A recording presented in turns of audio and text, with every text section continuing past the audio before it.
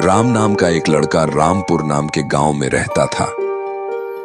अरे बेटा राम, बहुत समय हो गया है, मैं तेरी नानी के घर भी नहीं गई और तू भी बचपन से अपनी नानी के घर नहीं गया। जा बेटा, अपनी नानी के गांव जा और 2-4 दिन अपने नानी के साथ समय बिता कर आ। माँ, नानी तो बिलासपुर रहती है, जो यहाँ से काफी दूर है। वहाँ जाने के लिए ही मुझे 2 दिन लग जाएंगे, तो मैं अकेले कैसे जाऊँ? बेटा, तू अपने दोस्त करण को अपने साथ ले जा, सफर में आसानी होगी। ठीक है माँ, मैं कल सुबह बिलासपुर को जाऊँगा। अगली सुबह राम और करण बिलासपुर के लिए निकलते हैं। रास्ते में कई जंगल आते हैं। राम और करण काफी समय तक चलते चलते थक जाते हैं। तभी उन्हें एक गांव दिखता है। अंधेरा भी होने वाला था। करण, हम काफी देर से चल रहे हैं और रात भी होने वाली है। आज रात इसी गांव में रुक जाते हैं। हाँ राम, तुम सही कह रहे हो, हमें आज रात इसी गांव में रुकना चाहिए। वैसे भी जंगल का इलाका है, जंगली जानवर का खतरा भी है। राम और करण गांव में जाते हैं। उन्हें वहां एक बूढ़ा आदमी मिलता है। अरे बेटा, तुम कौन हो? इस गांव के तो नहीं लगते।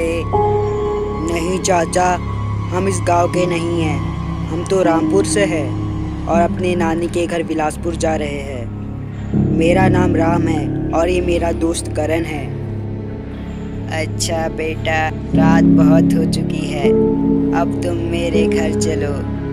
कल सुबह होते ही तुम बिलासपुर को चले जाना। चलो जल्दी मेरे घर चलो। हाँ चाचा, चलते हैं। इतनी भी जल्दी क्या है? बेटा, बहुत लंबी कहानी है, मैं तुम्हें घर में बताऊंगा। अभी तो तुम मेरे साथ घर चलो। बूढ़ा आदमी राम और करण को अपने साथ अपने घर ले चलता है। अरे भैया, ये कौन है? इस गांव के तो नहीं लग रहे ये दोनों। ये मेरे रिश्तेदार है, आज रात मेरे ही घर रुकेंगे। राम और करण बूढ़े आदमी के घर में पहुंचते हैं। चाचा, आपने उस आदमी से झूठ क्यों बोला कि हम आपके रिश्तेदार हैं? बेटा, बहुत लंबी कहानी है। तो ठीक है ना चाचा, हम लोग सुन लेंगे। आपके घर में और कौन कौन है? नहीं बेटा, मेरे घर में क्या, इस गांव में ही गिने चुने लोग बचे हैं। आधे से ज्यादा लोगों ने तो ये गांव ही छोड़ दिया है। लेकिन क्यों चाचा? उस कातिल हसीना के वजह से। इस गांव में बहुत साल पहले एक सुंदर लड़की रहती थी। गांव की औरतें उस लड़की की सुंदरता से जलती थी। एक दिन कुछ औरतों ने मिलकर उस लड़की के घर में आग लगा दी और वो लड़की उसी घर में जलकर मर गई। उस लड़की के मरने के बाद अचानक गांव में लोगों की लाशें मिलने लगी। गांव में अफवाह फैल गई कि ये सब वो लड़की की आत्मा कर रही है। वो लड़की की आत्मा रात को गांव में एक सुंदर लड़की के रूप में आती है और गांव वालों को अपना शिकार बनाती है। फिर गांव वालों ने आपस में एक उपाय निकाला। वो लड़की की आत्मा रात में लोगों को अपना शिकार बनाती थी, तो गांव वाले दिन में ही अपना सारा काम करते और शाम होते ही अपने घरों में चले जाते। हा हा हा हा हा। अरे चाचा, ये सब फालतू की बातें होती है, ऐसा कुछ नहीं होता।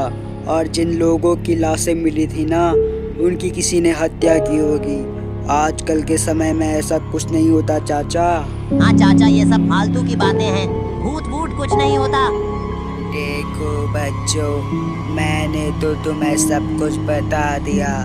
अब तुम्हारी मर्जी, तुम भरोसा करो या नहीं। लेकिन एक बात का ध्यान रखना, रात को भूल कर भी घर से बाहर मत जाना।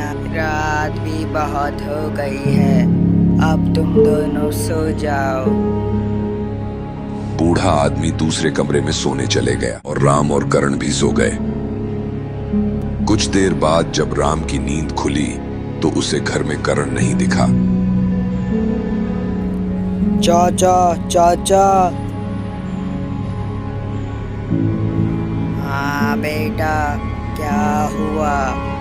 चाचा, करण घर में नहीं है।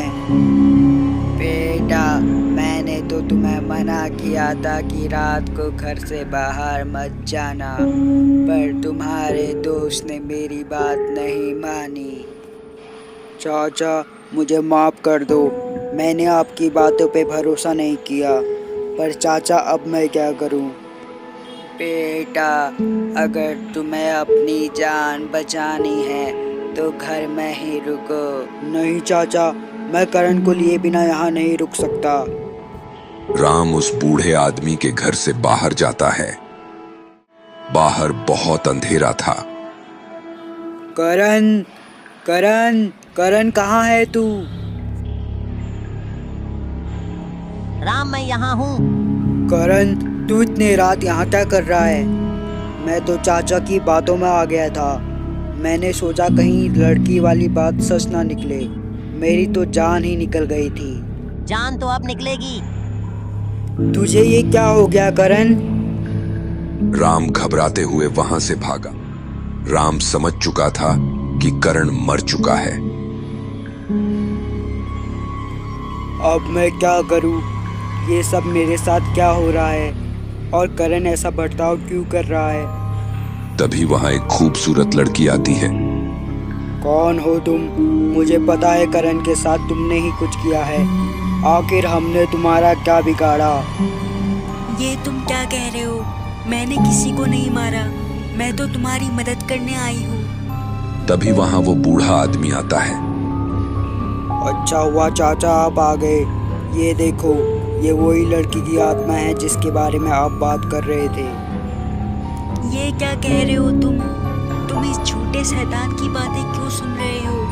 मैं तो तुम्हारी मदद करने आई हूँ। ये तुमसे झूठ बोल रहा है। शैतान मैं नहीं, ये है जो भोले भाले लोगों को अपना शिकार बनाता है। मैं करण के जैसे तुम्हारी चाल में नहीं आऊँगा। चाचा, जल्दी चलो यहाँ से।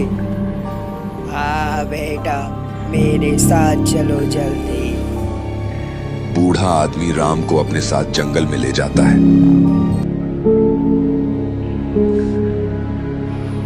अरे चाचा, तुम मुझे ये कहाँ ला गए? जहाँ तुम्हें होना चाहिए राम। बूढ़ा आदमी अपने असली रूप में आता है। वो कोई इंसान नहीं बल्कि एक शैतान था। राम के होश उड़ जाते हैं। तुम तो शैतान हो। तुमने मुझे झूठी कहानी सुनाई। मतलब वो लड़की सच बोल रही थी। हा हा हा हा हा। हाँ राम, मैं एक शैतान हूँ और तुम मेरे आज रात के शिकार। आखिर क्यों कर रहे हो तुम ऐसा?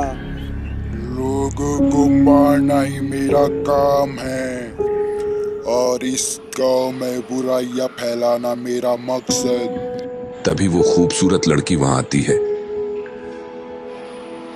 मेरे होते हुए तू राम का कुछ नहीं बिगाड़ सकता शैतान। आखिर तूने मुझे ढूंढ ही लिया लड़की, पर ये रात तेरी जिंदगी की आखिरी रात होगी। राम को कुछ समझ नहीं आ रहा था कि आखिर हो क्या रहा है। राम बस एक किनारे खड़े होकर सब कुछ देख रहा था। इस तलवार से तुझे कोई नहीं बचा सकता। तुझ जैसी बुरी शक्ति का खत्म होना ही इस गांव के लिए अच्छा है।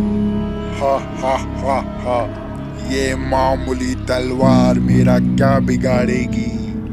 शैतान उस लड़की को हवा में उछालकर पीछे फेंक देता है। राम को समझ आ गया था कि वो लड़की उसकी मदद कर रही है।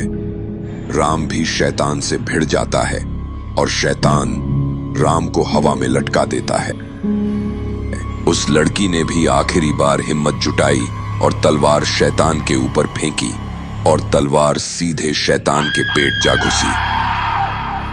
नहीं नहीं, मैं खत्म नहीं हो सकता। शैतान, ये मेरे पापा की दी हुई चमत्कारी तलवार है।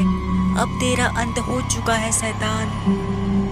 शैतान खत्म हो जाता है। मुझे माफ कर दो, मैं उस शैतान की बातों में आकर आपको ही गलत समझ रहा था। कोई बात नहीं, अब सब सही हो गया है।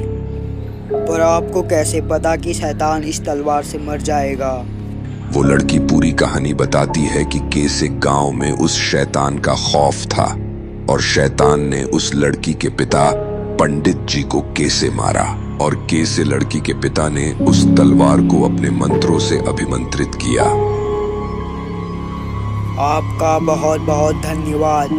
आपके कारण आज मैं जिंदा हूँ। बस अपने दोस्त करण के लिए दुखी हूँ। दुखी होने की जरूरत नहीं है, करण यहाँ है। राम, मैं यहाँ हूँ, मुझे कुछ नहीं हुआ है। ये चमत्कार कैसे हुआ? रात होते ही मैं करण से मिली और उसे अपने घर में छुपा दिया ताकि वो सुरक्षित रहे। आपका बहुत बहुत धन्यवाद। आपके कारण आज हम दोनों सुरक्षित हैं। कोई बात नहीं, अब सुबह भी होने वाली है। अब आपको अपनी नानी के घर जाना चाहिए। राम और करण सुरक्षित अपने नानी के घर पहुंच जाते हैं।